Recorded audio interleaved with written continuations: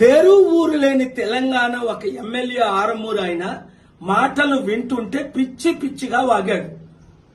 హిందువులందరూ పిల్లలు కనండి, హిందువులకి కుటుంబ నియంత్రణ ఉండకూడదు అంటే అర్థమేంటి? ముస్లింలకి క్రిస్టియన్స్ కి కుటుంబ నియంత్రణ ఉండాలి.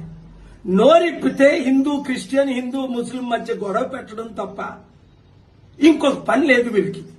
ఇంకా పిల్లల కంటే ఈయన ఉద్యోగాలు ఇస్తారా? మోదీ గారు సంవత్సరానికి 2 కోట్ల ఉద్యోగాలు ఇస్తారని 20 కోట్లు కాదు కదా, ఉన్న 20 కోట్ల ఉద్యోగాలు పోయాయి. మరి కొత్త పిల్లల కంటే ఈయన ఉద్యోగాలు ఎప్పుడు ఇస్తారు? తిండి ఎలా పెడతారు? ఉచిత విద్య వైద్యం ఎక్కడిస్తారు? వీళ్ళు గొడవలు పెట్టడం తప్ప ఇంకో పని లేదా? మోదీ గారికి పిల్లల కలండి వీళ్ళు ఎప్పుడైనా చెప్పారా? అది ఆయన ఇష్టం. ఆయన పెళ్ళైనప్పటికీ భార్యను విడిచిపెట్టి ఒక యోగి అవుదాం అనుకుని RSS లో చేరారు. అది ఆయన ఇష్టం.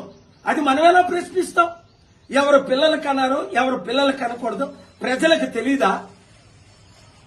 ప్రతి హిందూ గమనించండి, ప్రతి ముస్లిం క్రిస్టియన్ గమనించండి. ఇప్పుడే గాని బీజేపీని చిత్తుగా మనం అందరం ఏకమై ఓడించకపోతే ఇండియా రష్యా లాగా, వెనజువేలా లాగా, నైజీరియా లాగా, జింబాబ్వే లాగా, శ్రీలంక లాగా తయారవుద్ది. ఆర్థిక పరిస్థితి సర్వనాశనం అయిపోయింది.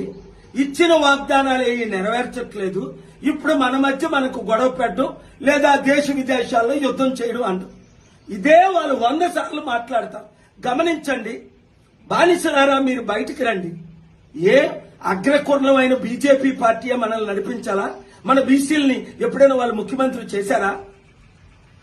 ప్రతి ఒక్కరు బానిసలందరూ బయటకు వచ్చి ప్రజాశాంతి పార్టీని గెలిపించి ఈ రాష్ట్రాన్ని దేశాన్ని రక్షించండి.